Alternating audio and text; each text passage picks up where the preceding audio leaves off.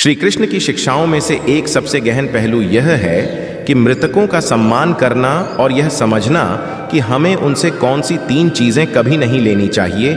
इस वीडियो में हम उन 3 विशेष चीजों का अन्वेषण करेंगे जिनके बारे में चेतावनी दी गई है कि हमें मृतकों से नहीं लेनी चाहिए, और प्रत्येक के आध्यात्मिक, नैतिक और धार्मिक अर्थ क्या हैं।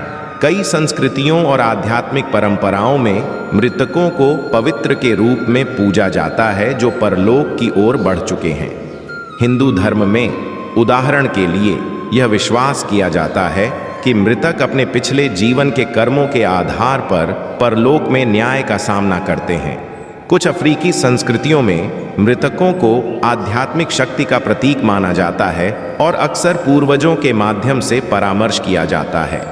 हालांकि इन भिन्न विश्वासों और परंपराओं के बावजूद यह समझना महत्वपूर्ण है कि मृतकों से क्या लेना गलत है। कुछ लोग मानते हैं कि मृतकों से कुछ वस्तुएं लेना भाग्य, धन या यहाँ तक कि आध्यात्मिक शक्ति ला सकता है, लेकिन यह सच से बहुत दूर है। वास्तव में मृतकों से कुछ वस्तुएं लेना गंभीर परिणाम ला सकता है, न केवल मृतक के लिए बल्कि जीवितों के लिए भी। श्री कृष्ण की शिक्षाएं इस विषय पर एक अनोखी दृष्टिकोण प्रदान करती हैं, और आज हम विशिष्टताओं में जाएंगे। मृतक केवल शव नहीं होते, वे ऐसे होते हैं जिन्होंने एक अन्य क्षेत्र में संक्रमण किया है और उनकी ऊर्जा और आत्माएं अभी भी मौजूद हैं। जब हम उनसे कुछ लेते हैं तो हम केवल एक वस्तु नहीं ले रहे हैं, हम उनके एक हिस्से को ले रहे हैं, और यह सभी प्रकार की आध्यात्मिक असंतुलन और परिणामों की ओर ले जा सकता है। कई परंपराओं में मृतकों को भौतिक और आध्यात्मिक दुनिया के बीच एक पुल के रूप में देखा जाता है। उन्हें ज्ञान और बुद्धिमत्ता की धारक माना जाता है जो जीवितों का मार्गदर्शन कर सकते हैं। हालांकि इसका यह अर्थ नहीं है कि हमें उनका फायदा उठाना चाहिए या उनके ऊर्जा का शोषण करना चाहिए। चलो अब हम उन 3 विशेष वस्तुओं की ओर बढ़ते हैं जिनके बारे में चेतावनी दी गई है कि हमें मृतकों से नहीं लेनी चाहिए। पहली वस्तु है धन या भौतिक संपत्ति।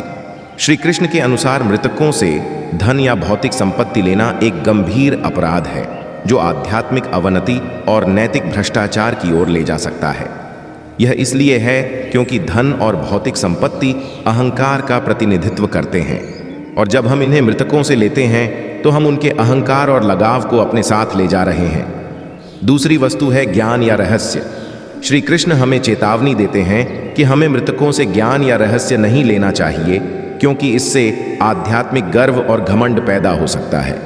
जब हम मृतकों से ज्ञान लेते हैं तो हम उनके शक्ति और अधिकार को बिना अपने तरीके से अर्जित किए ले रहे हैं, और यह हमें झूठी श्रेष्ठता की भावना की ओर ले जा सकता है।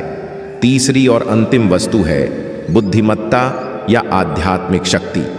यह शायद सबसे गंभीर अपराध है, क्योंकि मृतकों से आध्यात्मिक शक्ति लेना हमें अपने आंतरिक मार्गदर्शन और अंतर्ज्ञान से पूरी तरह से डिस्कनेक्ट कर सकता है।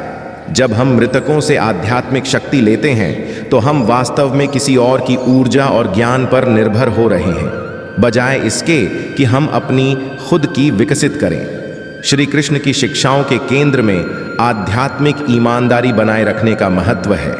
वे हमें सिखाते हैं कि सच्चा ज्ञान और शक्ति हमारे भीतर से आती है, और हमें अपने विकास और उन्नति के लिए बाहरी स्रोतों पर कभी निर्भर नहीं रहना चाहिए।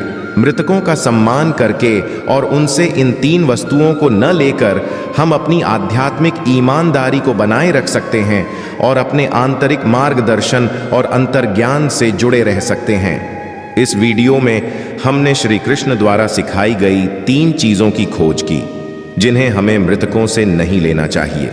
याद रखें, मृतकों का सम्मान करना केवल सांस्कृतिक या आध्यात्मिक परंपराओं के बारे में नहीं है, यह हमारी अपनी आध्यात्मिक ईमानदारी को बनाए रखने और अपने आंतरिक मार्गदर्शन और अंतर्ज्ञान से जुड़े रहने के बारे में है। देखने के लिए धन्यवाद। और अगर आपके पास इस विषय पर कोई विचार या अंतर्दृष्टि है तो कृपया नीचे टिप्पणी में साझा करें।